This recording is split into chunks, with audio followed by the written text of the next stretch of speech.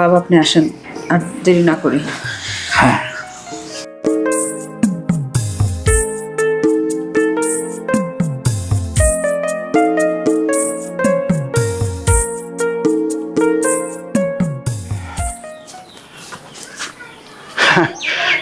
কি খবর বৌমা? কেমন আছো কও? আরে বাবা, এইগুলো কোন ধরনের ব্যবহার? মানে ছেলের বউর গায়ে কিভাবে হাত দেয়? আপনাকে কিছু লাগবে? মানে অনেকক্ষণ বাইরে ছিলেন, পানি এনে দিব? না না না, কিছু লাগবে না। আর ওই যে গায়ে হাত দেওয়ার কথা বলে না, সমস্যাটা কোথায়? আর তুমি তো আমার আপন মেয়ে নয়, আমার ছেলের বউ। আর এরকম একটু একটু গায়ে হাত দিলে সমস্যা কিসের? দেখো তুমি এরকম করো না, আমি তো গায়ে হাত দিতেই পারি। তারপরে আর একটা কথা, অনেক দিন ধরে আমি খেয়াল করছি তুমি কিছু একটা অভাব পূরণ করার জন্য কিছু চিন্তা ভাবনা করছো। বুঝি আমি সব, না বোঝার কি আছে? ছেলে থাকে বাইরে, তারপরে হচ্ছে তোমার তো কিছু একটা দরকার আছে, তোমার একটা চাহিদা আছে, তাই না?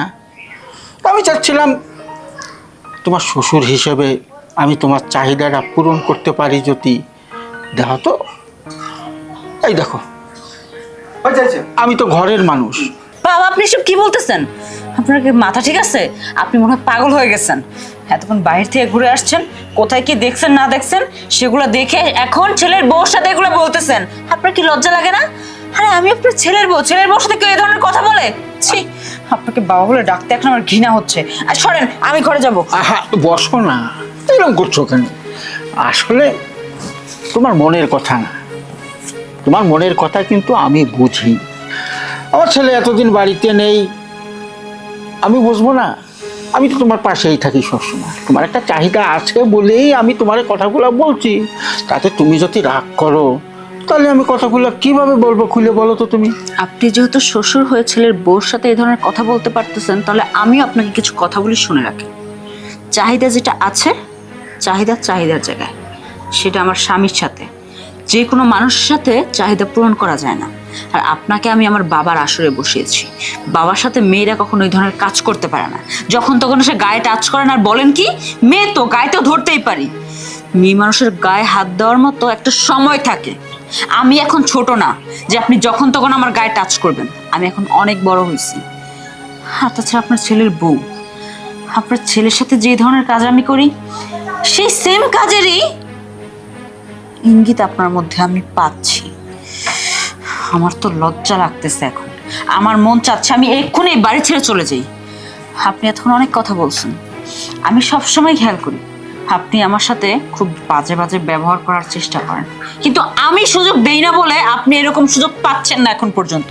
আজকে আপনি বাবা যেটা করছেন বা যা বলছেন, এই কথা যদি নেক্সট টাইম বলেন তাহলে আমি বাড়িতে থাকবো না। প্লাস আপনার ছেলেকে ফোন দিয়ে সব কিছু আমি বলে দিব যে তার বাবা কি কি করে আর কি কি করতে পারে।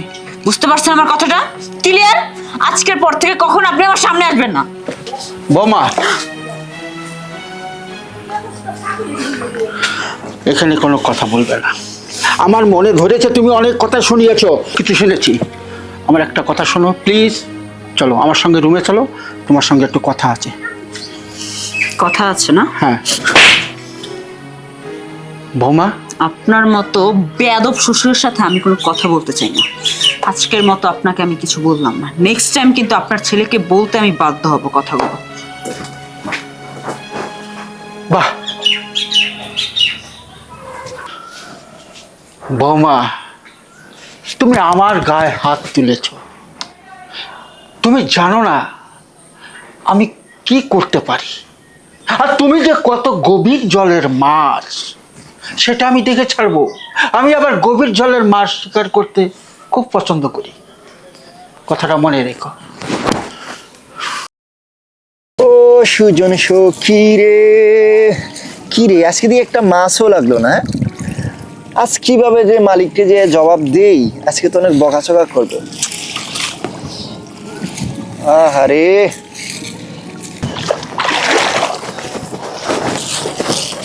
গাটের জলে পানি নাই কোথায় জানি। আরে মালিক আপনি? সাথে কথা আছে। হে মালিক কোন আর মালিক বইকেন আজকে মাছ টাছ উঠে নাই তেমন টেনশনে আছে। মাছের জন্য আসিনি আমি, মাছ পাইলি না পাইলি তাতে আমার কোনো আসে যায় না। তোর একটা কাজ করতে হবে, পারবি কিনা তাই কয়া। কি কাজ মালিক? আপনি যে কাজ দিবেন সে কাজ যদি আমি করতেই না পারি তাহলে আপনার গোলাম হইলাম কেমনে? এই তো সাব্বাস।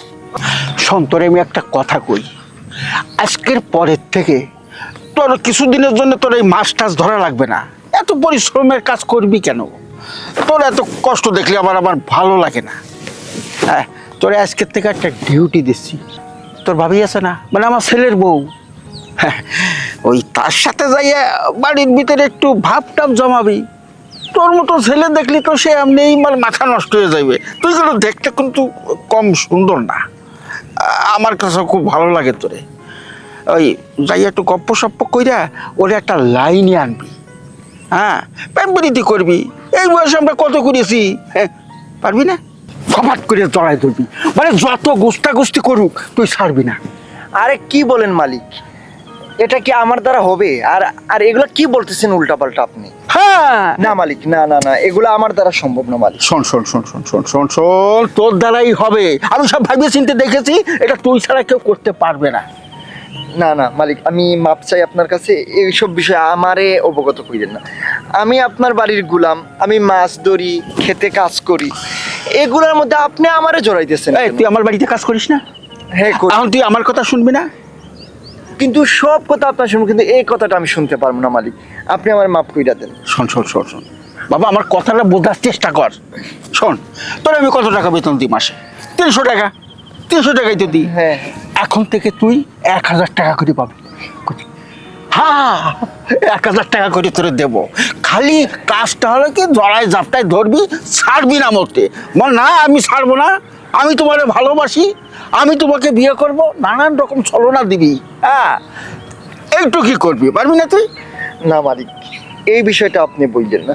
আপনি আমার কাজের লাইগা কাজ করি, আপনি আমার বেতন বাড়াবেন 1000 টাকা, তাতে আমি খুশি আছি। কিন্তু এইটার জন্য আপনি আমারে 1000 টাকা দিবেন না মালিক, এটা আমার দ্বারা সম্ভব না। তারে বুঝাইতে আইলাম।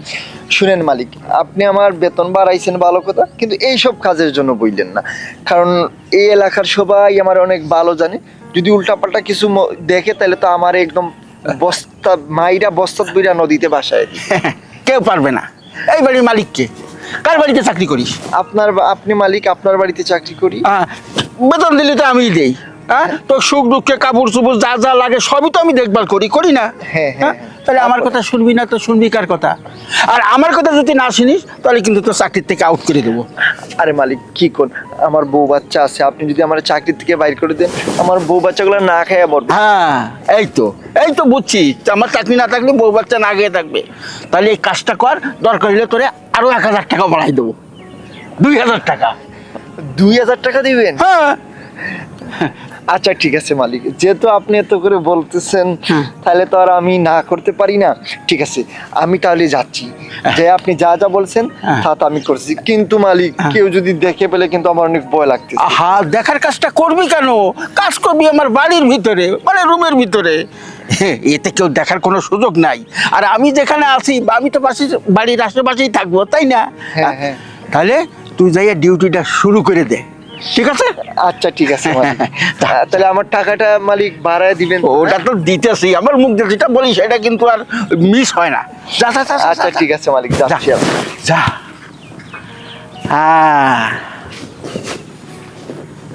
শালার বউ, তুমি গুগু দেখেছো কিন্তু গুগুর ফাঁদ দেখো নাই। এবার তোমাকে ফাঁদে আটকিয়ে তারপরে আমার যা করার করব। আমারটা আমি ঠিকই 16 আনা উসুল করে নেব। হ্যাঁ।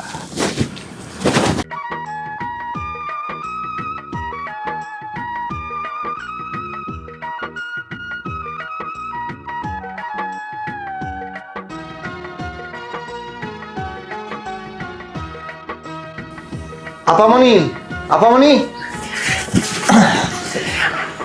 আরে তুই হঠাৎ করে কথা নেই বাচ্চা নেই আমার রুমের মধ্যে ঢুকে পড়েছিস? তোর কাজ শেষ হয়েছে? হ্যাঁ কাজ শেষ, অসুবিধা কি? আপনার রুমে কি